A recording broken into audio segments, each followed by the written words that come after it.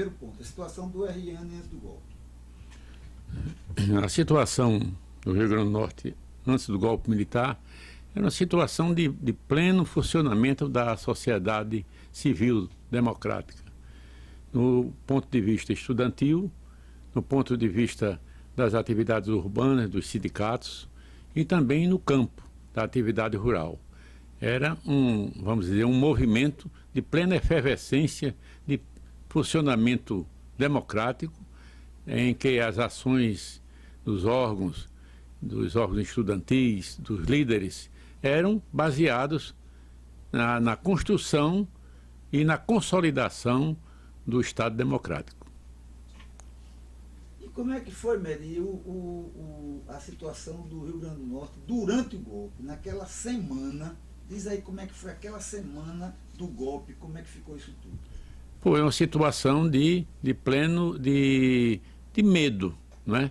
De verdadeiro, vamos dizer, transformação do status quo e vamos dizer, em que não havia mais a plenitude do Estado democrático, e sim a ameaça das prisões, das perseguições nos órgãos públicos, né, nas entidades estudantis, e um estado verdadeiro de calamidade, né, e vamos dizer, do terror, do medo e da falta do alicerce democrático. É uma coisa que só os protagonistas, só quem viveu esse período, só quem sentiu na própria carne esse período, pode imaginar a transformação que se tornou Natal.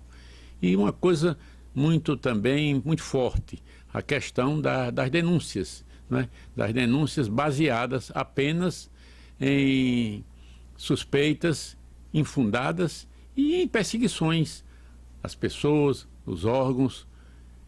A biblioteca, por exemplo, naquela época, na Praça André de Albuquerque, né, que era o centro da cultura popular, né, as pessoas passavam com medo, né, de que aquilo não era mais o centro da efervescência cultural, e sim a ameaça vamos dizer, de corte da democracia. Então era uma coisa que só vendo, que só sentindo, e só quem sentiu na própria carne que pode descrever. E o QG da legalidade? Como é que você viu, assim, aquele desenrolar e a resistência, se é que houve resistência? Coloca cenas, lembra de cenas que você viu? Bom, a resistência é que a Prefeitura de Natal, como era um prefeito comprometido com as reformas, com um Estado democrático de plenitude democrática, de funcionamento da reforma de base, da atividade camponesa, tudo isso não sob a proteção, mas sim sob o apoio da edilidade natalense, da Prefeitura natalense, como o órgão fomentador e apoiador da população de Natal. A campanha de Pé no Chão também foi o eixo, né, de uma campanha que empolgou parte do mundo, que deu exemplos e que custou não só de Djalma Maranhão, mas todas as forças progressistas, o sacrifício, né, do isolamento, né, da violência.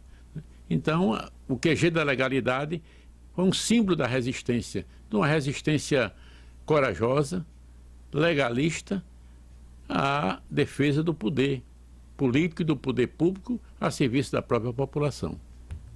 Meri, e os poderes? Como é que comportou-se o executivo, o legislativo e o judiciário frente a essa barbárie?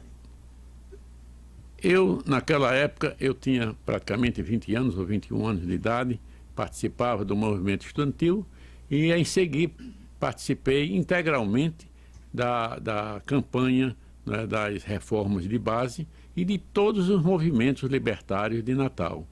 Eu via com muita surpresa, né, diante de um estado de alheamento. Por exemplo, a Câmara Municipal passou por um processo de se ajoelhar diante do poder, né, de cassação de mandatos de vereadores que eram progressistas e de consentimento ao Estado golpista reinante e à violência reinante. Como em todo golpe militar, e o golpe militar, e Graciliano Ramos já dizia isso, todo golpe militar centraliza contra as forças populares, os estudantes, a inteligência norte-riograndense, os intelectuais. Aí está uma prova que muitos foram punidos simplesmente por apoiar a administração que era avançada no sentido ideológico e no sentido libertário e no sentido de comprometimento com o povo e pela legalidade, da honestidade de prestar contas ao povo, que foi um exemplo de Djalma Maranhão. Ser um gestor voltado para o cumprimento do seu dever. Dermi, a igreja, a posição da igreja católica. Mary. Para mim, a posição da Igreja Católica, no início, ela foi de, vamos dizer, de surpresa pela reação, não é? E, no momento, isso é uma opinião pessoal minha, não houve uma resistência da Igreja. Logo em seguida ao golpe militar, houve aquele movimento a nível nacional de um movimento que se chama, vocês, e Roberto, que tem pleno conhecimento, e também o professor aqui tem pleno conhecimento disso, das campanhas da Igreja apoiando um movimento que dizia que era um movimento ateu, né, colocando os movimentos sociais, né, numa camisa de força, né.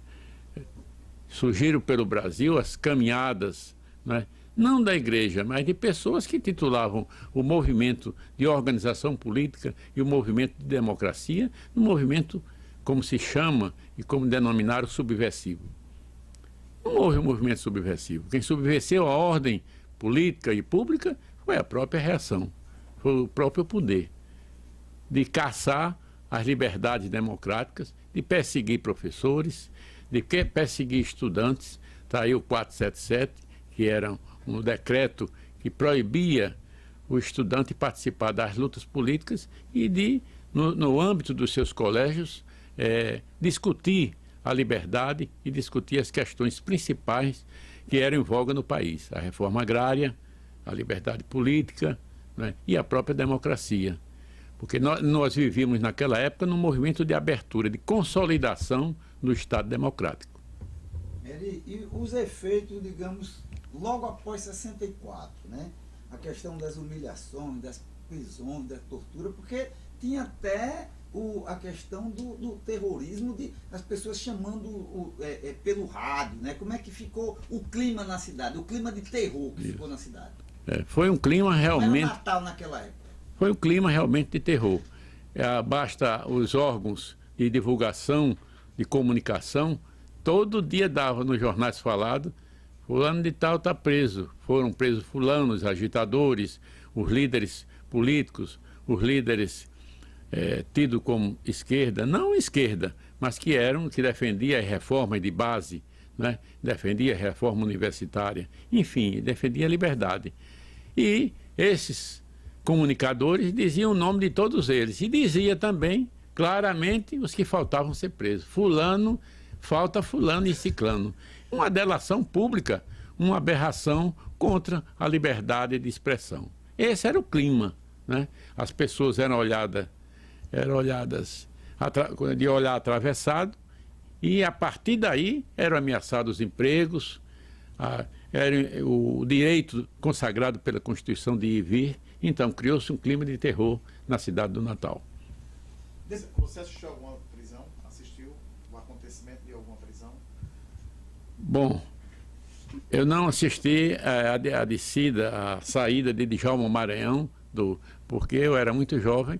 A essa altura eu já estava na região camponesa onde eu militava, que era a região de Canguaretama, né, dos Campos, mas já era um movimento puramente de fuga, de escapar, né? Escapar do massacre. Salve-se quem puder. Né? Salve-se quem puder. Era esse o clima. E as pessoas eram estimuladas à delação. O pior em Natal e o pior após o golpe, e a delação era uma delação premiada. Era um galardão para ser promovido nas repartições.